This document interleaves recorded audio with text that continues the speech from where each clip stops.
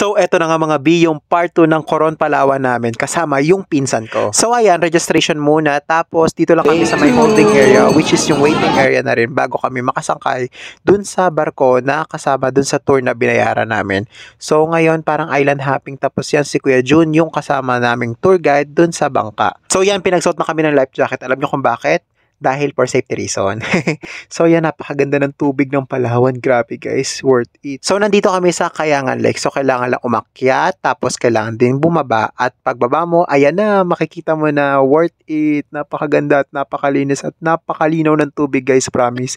Tignan nyo naman ako, di ba? Napakayabang, marunong na ako lumangoy. Worth it ang swimming lesson. Pero sa totoo lang, pag tinanggal mo yung life jacket, hindi ko alam kung kakayanin ko pa.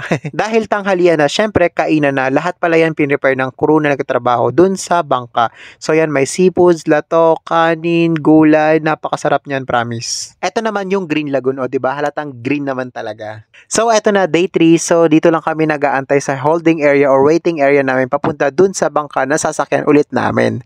So bali same crew lang din naman yung napuntahan namin, pero iba't ibang guest na ulit yung mga nakasama namin sa tour na to. Bali nandito naman kami sa Reef Garden, tapos may bayad yung clear kayak na yan, worth 1,500 siya. So ayan, kainan na naman, 'di ba? Napakasarap na naman. At ito pinrepair ulit siya ng mga crew na nakasama namin sa bangka.